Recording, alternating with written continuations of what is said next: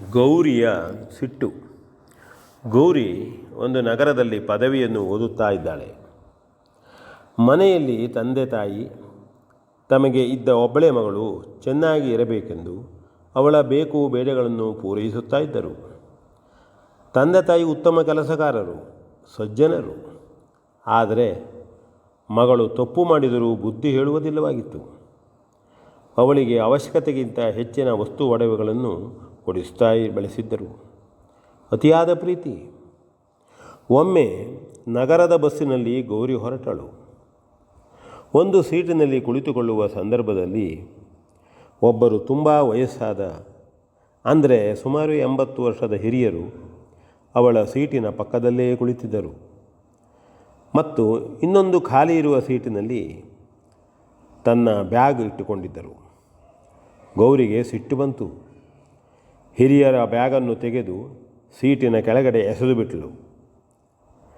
ಹಿರಿಯರು ನಿಧಾನವಾಗಿ ಆ ಬ್ಯಾಗನ್ನು ಎತ್ತಿಕೊಂಡು ತನ್ನ ಕಾಲ ಮೇಲೆ ಇಟ್ಟುಕೊಂಡು ಕುಳಿತು ಗೌರಿಯನ್ನು ನೋಡಿದರು. ಗೌರಿ ಸಿಟ್ಟಿನಿಂದ ಹಿರಿಯರನ್ನು ದುರುಗುಟ್ಟಿ ನೋಡುತ್ತಾ ಇದ್ದಳು. ಹಿರಿಯರು ನಗುತ್ತಾ, ಪುಟ್ಟಿ, ತೊಂದರೆ ಆಯಿತಾ ಎಂದು ಪ್ರೀತಿಯಿಂದಲೇ ಕೇಳಿದರು. ಗೌರಿಯ ಸಿಟ್ಟು ತಣ್ಣಗಾಯಿತು. ತಾನು ಬ್ಯಾಗ್ ಎಸೆದರೂ ಹಿರಿಯರು ಬೇಸರ ಪಡದೆ ಪ್ರೀತಿಯಿಂದ ನಗುತ್ತಾ ಮಾತನಾಡಿಸಿದ್ದು ಹಿರಿಯರ ಮುಖಭಾವ ಅವಳ ಮೇಲೆ ಪರಿಣಾಮ ಬೀರಿತ್ತು. ಹಿರಿಯರು ಸಿಟ್ಟು ಮಾಡುತ್ತಾರೆ ಎಂದುಕೊಂಡಿದ್ದಳು ಗೌರಿ. ಅಜ್ಜ, ತಪ್ಪು ಮಾಡಿದೆ, ನನ್ನನ್ನು ಕ್ಷಮಿಸಿ, ಗೌರಿ ಹೇಳಿದಳು. ಪುಟ್ಟಿ, ನನಗೆ ಹೇಳಿದ್ದರೆ ನಾನು ಆಗಲೇ ಬ್ಯಾಗ್ ತೆಗೆಯುತ್ತಿದ್ದೆ. ಸೀಟಿನಲ್ಲಿ ಯಾರೂ ಇಲ್ಲವೆಂದು ನನ್ನ ಬ್ಯಾಗ್ ಇಟ್ಟಿದ್ದೆ. ನಿನಗೆ ತೊಂದರೆ ಏನೂ ಇಲ್ಲವಾಗಿತ್ತು ಅಲ್ವಾ? ಬಹಳ ಸಿಟ್ಟು ಬಂತು ನಿನಗೆ, ಹಿರಿಯರು ಹೇಳಿದರು. ಗೌರಿ, ಹೌದು ಹೌದು ಅಜ್ಜ, ಒಮ್ಮೆಲೆ ಸಿಟ್ಟು ಬಂದುಬಿಡ್ತು ನನಗೆ. ನೀವು ನಗ್ತಾ ಇದ್ರಿ. ಪುಟ್ಟಿ, ಇದು ನಿನ್ನ ತಪ್ಪಲ್ಲ. ನಿನಗೆ ಚಿಕ್ಕಂದಿನಿಂದಲೇ ಇಂತಹ ಗುಣ ಕಲಿಸಲು ನಿನ್ನ ತಂದೆ ತಾಯಿಗಳು ತಪ್ಪಿದ್ದಾರೆ.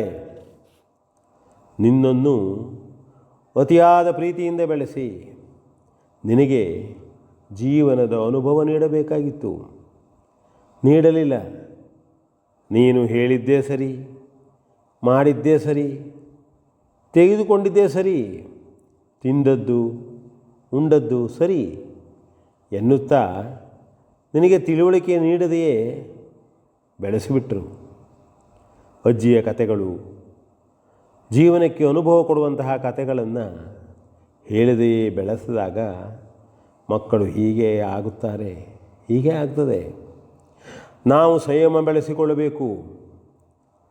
ನಾನು ನೋಡು, ಈಗ ಸಿಟ್ಟಿನಿಂದ ಅಥವಾ ನಿನ್ನ ಮೇಲೆ ಬೇಸರದಿಂದ ಹೋಗಿದ್ದರೆ ನಮಗೆ ಇಷ್ಟು ಪರಿಚಯ ಪ್ರೀತಿ ಬೆಳೆಯುವುದೇ ಇಲ್ಲವಾಗಿತ್ತು. ಹಾಗೆ ಸಿಟ್ಟು ಮಾಡುವುದು ಸರಿಯಲ್ಲ. ಜನರೊಂದಿಗೆ ಪ್ರೀತಿಯಿಂದ ಸಂಯಮದಿಂದ ವರ್ತಿಸಿದರೆ ಅವರು ನಮ್ಮನ್ನು ಪ್ರೀತಿಯಿಂದ ಕಾಣುತ್ತಾರೆ. ಅದರಲ್ಲೂ ನಿಮ್ಮಂತಹ ಶಿಕ್ಷಣ ಪಡೆದವರು ಉತ್ತಮ ನಡತೆಯನ್ನು ಅಭ್ಯಾಸ ಮಾಡಿಕೊಂಡು ಬೇರೆಯವರಿಗೆ ಮಾದರಿಯಾಗಬೇಕು. ಹಿರಿಯರು ಹೇಳಿದ್ದನ್ನು ಗೌರಿ ಪ್ರೀತಿಯಿಂದ ಕೇಳುತ್ತಾ ಭಾವುಕಳಾಗಿದ್ದಳು. ಆಗ ಹಿರಿಯರು, ಪುಟ್ಟಿ, ನಾನು ಇಳಿಯುವ ನಿಲ್ದಾಣ ಬಂತು, ಇಳಿಯುತ್ತೇನೆ ಎಂದು ಇಳಿಯುತ್ತಿರುವಾಗ ಗೌರಿ, ಅಜ್ಜ, ಟಾಟಾ ಟಾಟಾ, ಬನ್ನಿ ಬನ್ನಿ ಎಂದು ಪ್ರೀತಿಯಿಂದ ಕೂಗಿದಳು.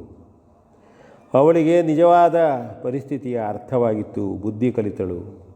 ಅಜ್ಜನ ಮಾತು ಅವಳಿಗೆ ಸರಿ ಎನಿಸಿತ್ತು. V N Bhagwat, Baraballi.